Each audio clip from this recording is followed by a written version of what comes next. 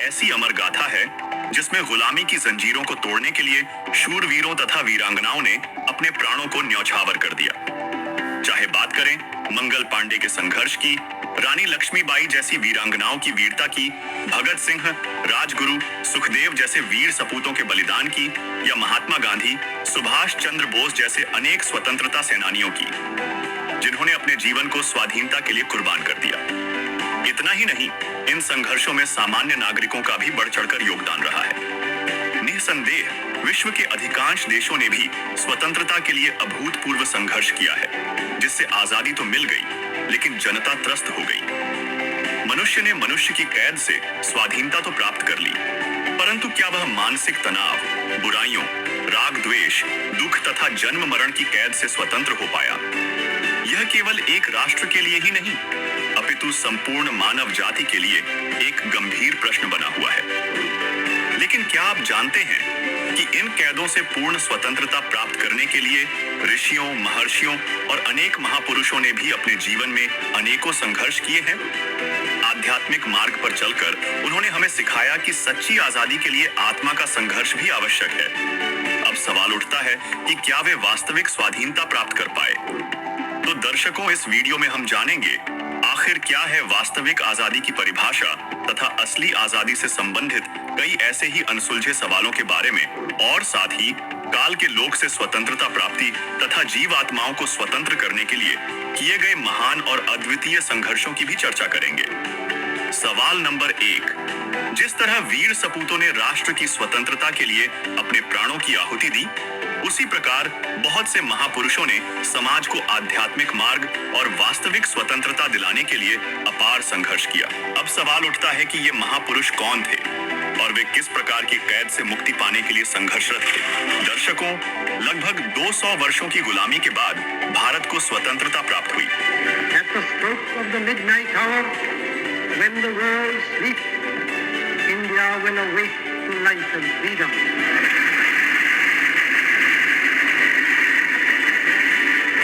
इसमें अनेक स्वतंत्रता सेनानियों, क्रांतिकारियों और वीरांगनाओं का अमूल्य योगदान रहा।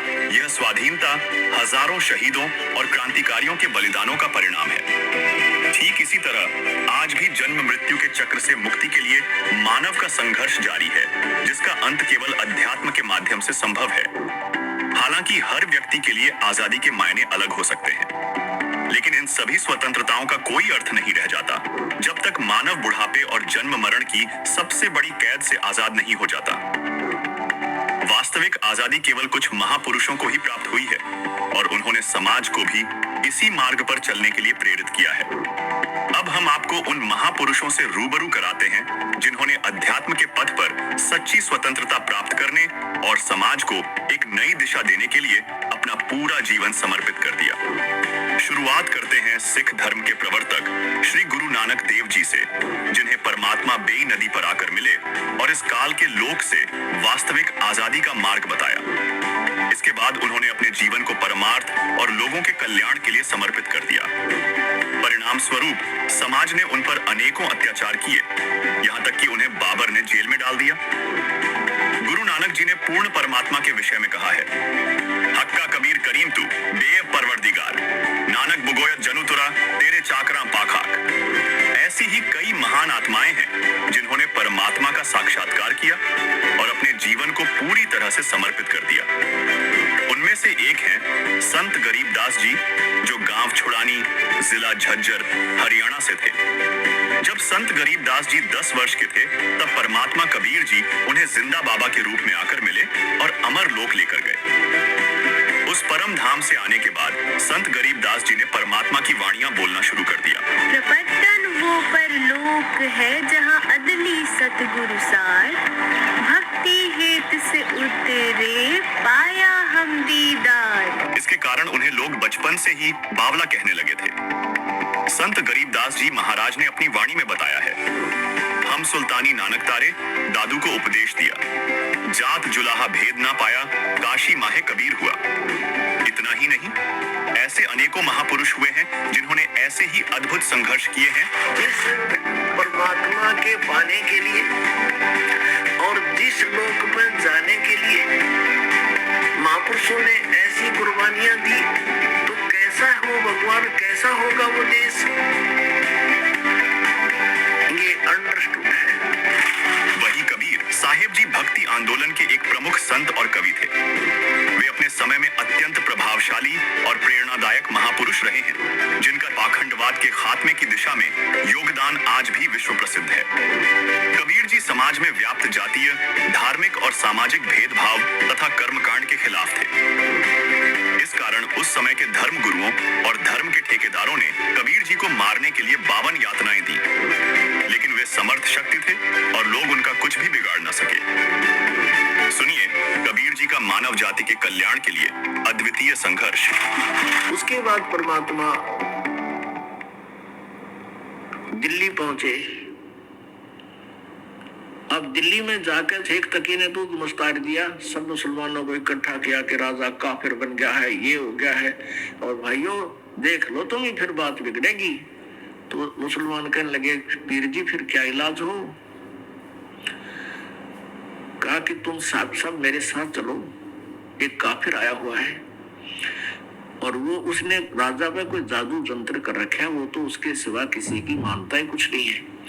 आप मेरे साथ चलो और उसकी परीक्षा लेंगे, उसको उबलते हुए तेल के, सरसों के तेल के कढ़ाई में हम डाल कर दिखाएंगे। वो मर गया तो ठीक से, और नहीं मरा तो मान लेंगे ये भगवान है, अल्लाह है। सबने कहा ठीक है शेख तकी।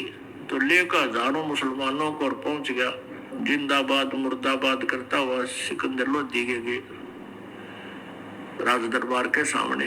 अब राजा ने पता करा कि केस हो रहा, पता लगा कि शेख तकी हजारों मुसलमानों को, जनता जनों को लेकर आया हुआ है। राजा ने 5-10 को, मुखिया को अंदर बुलाया,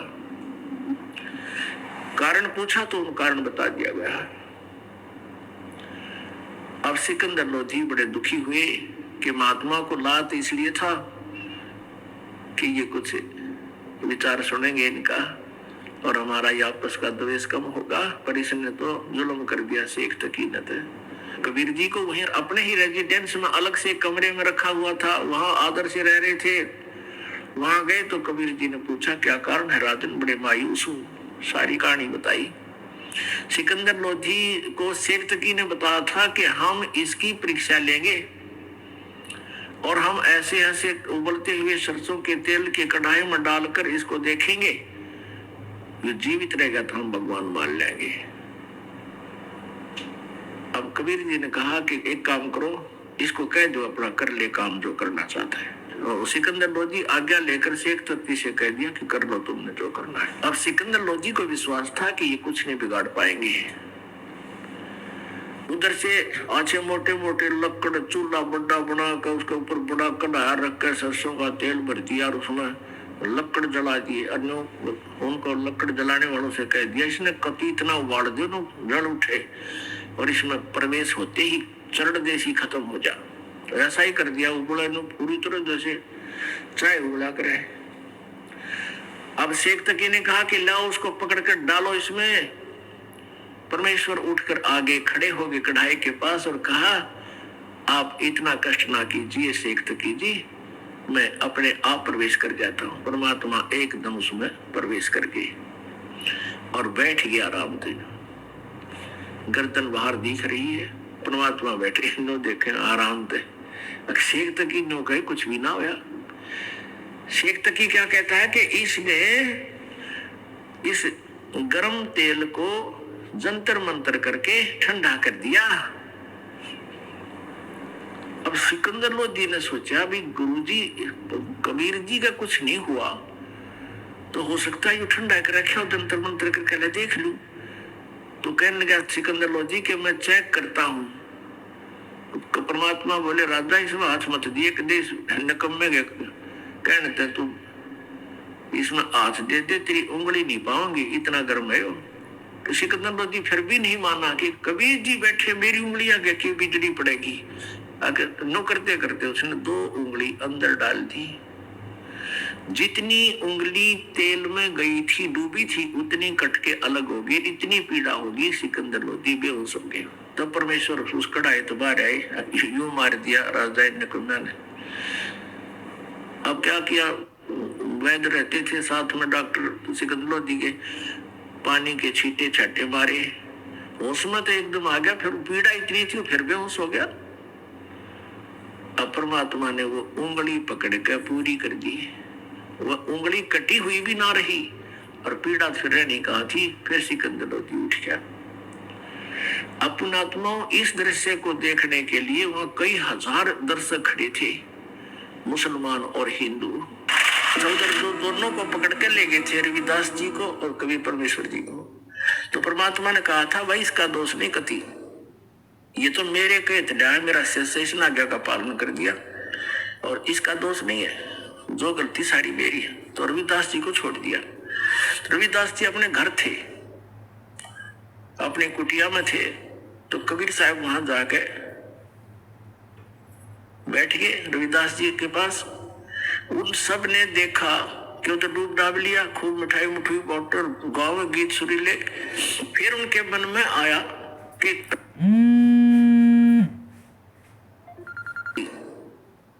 मेरा शेष आज्ञा का पालन कर दिया और इसका दोष नहीं है, जो गलती सारी मेरी है। तो रविदास जी को छोड़ दिया।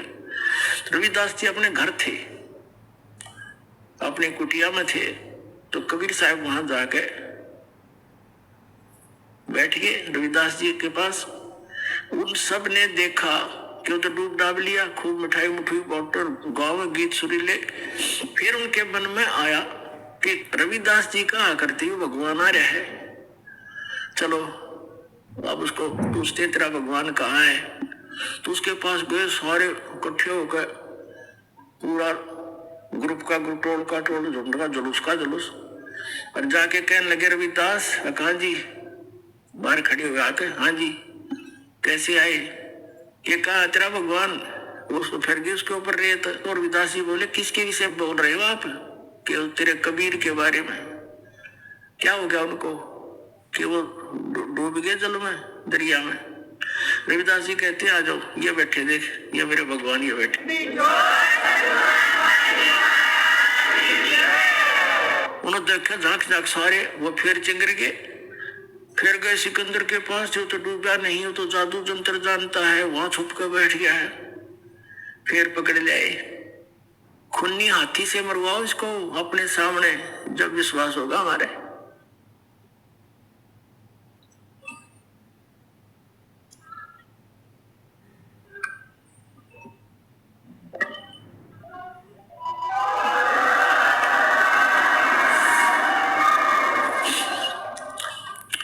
अपनी करनी सब करिए, थके दोनों दीन। परमात्मा की द्रुपति असहनीय है पुण्यात्माओं, और वो इसलिए दुखी हुए आपके लिए, हमारे लिए। अब पहचानो उस बालिक को। पुण्यात्माओं, दास को ये ज्ञान हो गया, इसलिए मैं परमात्मा की लीला बहुत कम सुनाता हूं, क्योंकि मुझसे कहा नहीं जाता।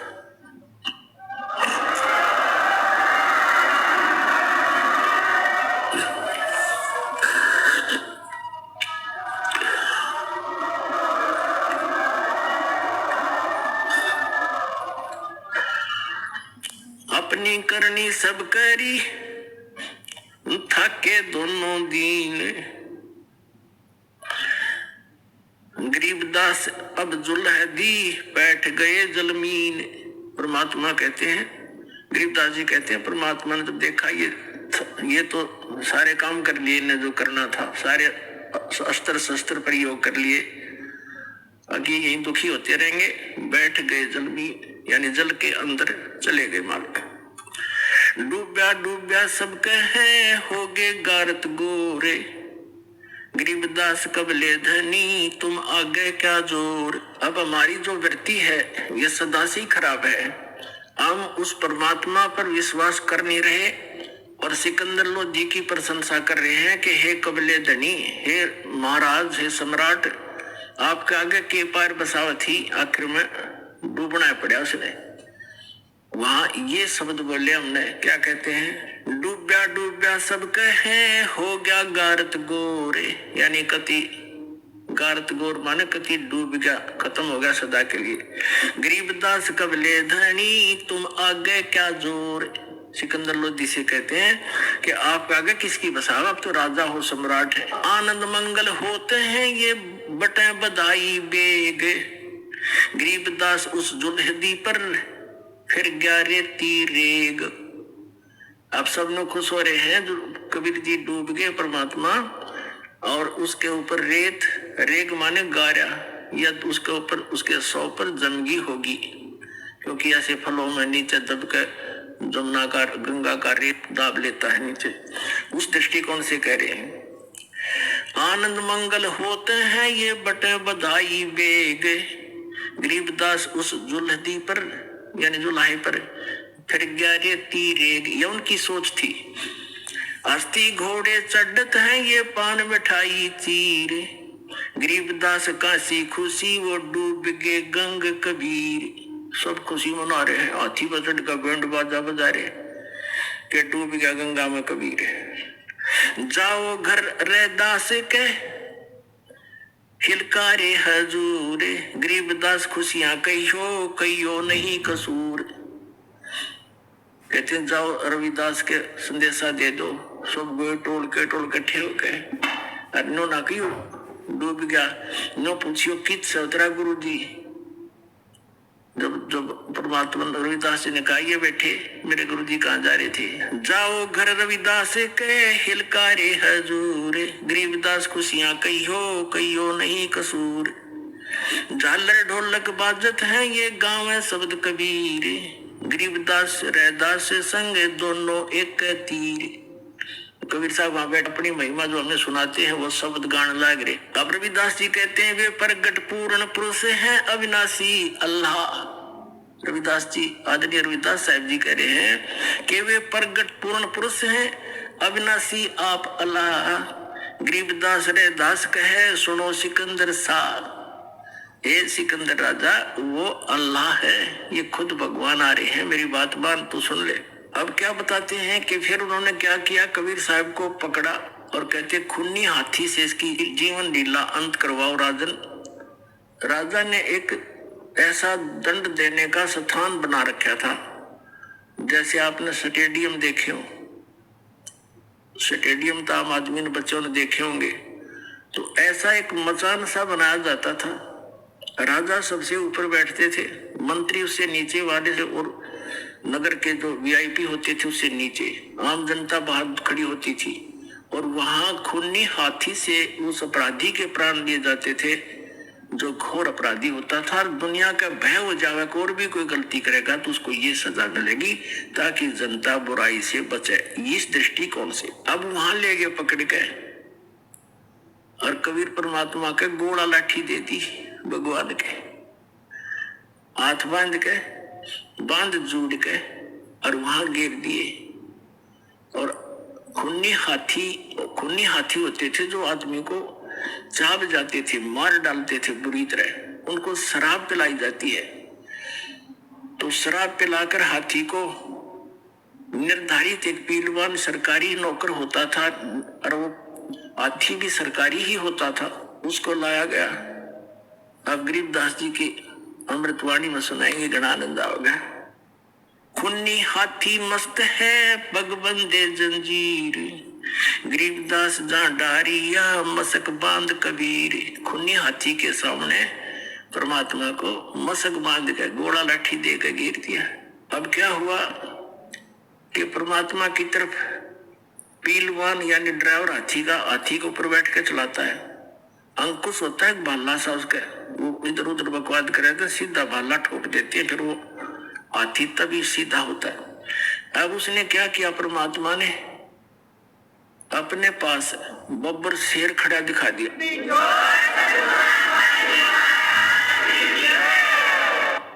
बब्बर शेर खड़ा दिखाई दिया, हाथी ने चिंगाड़ मारी और वापस भाग लिया डर के।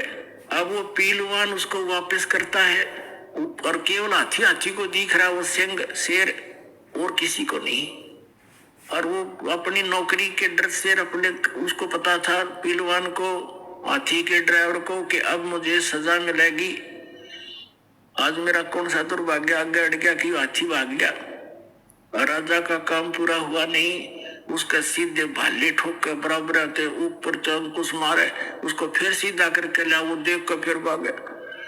परमात्मा ने सोचा कि इस जीव को यो पहलवान घना दुखी करेगा, क्योंकि सारे जीव ही उसके वो दयालु है। तो उसने उस पहलवान को और दर्शन दे दिया, शेर दिखाई दे दिया, और पहलवान भी हाथी तो तले गिर गया। हाथी की तो पहलवान बेहोश हो गया।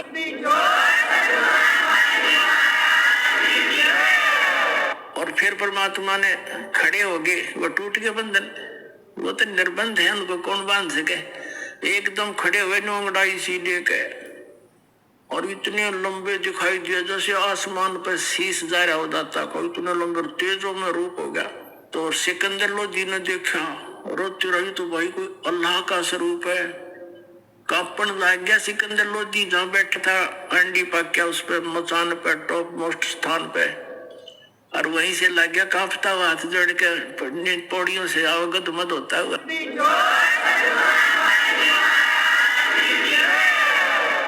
चरणों में गिर गया और चरण पकड़ लिए। जब राजा ने चरण पकड़े, राजा को दिखाया दाता नो लीला, तो सभी उसके चेले छोटे तो दोनों धर्म थे वो बिदक के, राजा तक बिक गया, इसका चरण छू लिए, नो कर दिया। अब क्या लीला सुनाते हैं। सिंह रूप साहेब धरा ये भागे उल्टे फीले, अपना दूसरा रूप शेर का बना के मालिक ने करा। गरीबदास समझे नहीं या दुनिया खलीले, बने केहरी सिंह जीत चौर शिखर आसमाने, गरीबदास हस्ती लख्या यो दिखे नहीं जहान। परमात्मा ने कहते शेर का रूप धारण करे अन्य, और हाथी न दिखे, और जहान जो जनता बैठी थी उन्हें ना दिखे। बने केहरी सिंह जित चोर शिखर आसमान, गरीबदास हस्ती लख्या यो दिखे नहीं जहान। कूटसी से महावतम अंकुश सिर गर्गाप, गरीबदास उल्टा भागे वो तारी दीजे थाप। अब वो हाथी सिर कूटे और वो अंकुश मारे महावत, और वो बेचारा आवे नहीं। फिर कहते हैं भाले को खो मारी ये चरखी छूटे पाख, गरीबदास ने निकट जावा वो कल की देवे लाख। हाथी के आंखों में यानी बराबरों में भाले ठोके, और भी दूसरे जो नीचे खड़े थे, और कल की दे हो मार दे वो निकट नहीं जा उस नदी कैसे। फिर परमात्मा ने उस महावत को दिखाया, जैसी भक्ति कबीर की ऐसी करे कोई, गरीबदास कुंजर थके उल्टा भाग्या रोए। कुंजर माने हाथी, रो के भाग्या चिंगाड़ मार के। धूम गोए मुंडी धुने सेन न समझे एक, अब वो हाथी मुंडी गोए हैं और धूम यानी पूछड़ बोझ के और मुंडी नौकर को भागन की सोचा है। कहते तुम को मुंडी धुन सेन न समझे एक, गरीबदास दिखे नहीं आगे खड़ा अलेख। अलेख वो पूर्ण परमात्मा खड़े, सब ने दिखे नहीं।